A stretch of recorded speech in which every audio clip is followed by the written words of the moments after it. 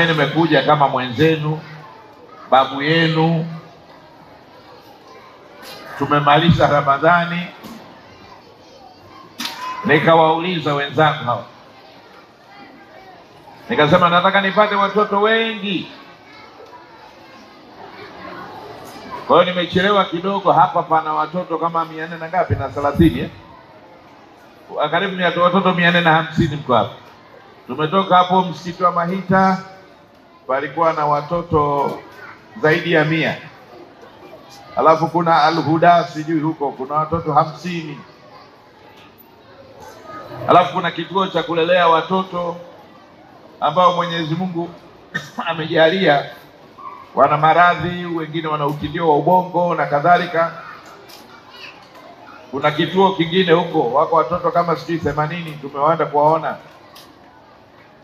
Kuna kituo kingine NS Michael kule Kihonda tumewapelekea.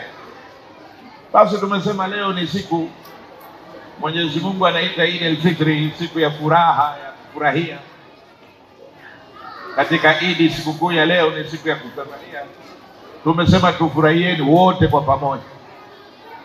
Kwa mimi naamini mmefurahi. Wote mmekula? Mmepata soda na juisi kila mmoja? Ice cream zimewafikia? Na biskuti?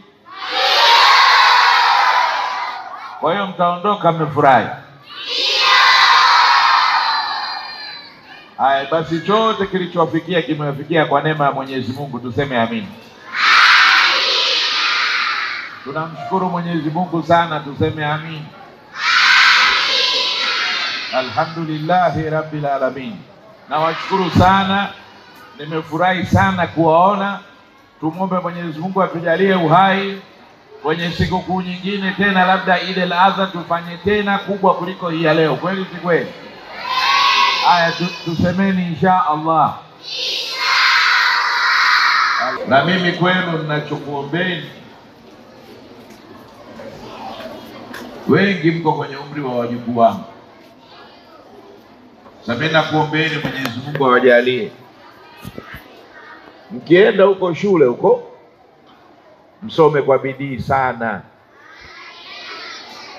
Hapa kati yenu wapatikane madaktari, wapatikane walimu, wapatikane wanasheria, wapatikane mainjinia. Lakini katika yote hayo, nyimwe madaktari, mainjinia, walimu wenye kumpenda sana Mwenyezi Mungu na mtume wake Muhammad sallallahu alaihi wasallam. Ikiwa utapata uinjinia, udaktari nini, lakini kama huna mapenzi na Mwenyezi Mungu na mtume wake, basi ni bure, haisaidii. Kwa hiyo hilo ndio kubwa ninalokuombeni.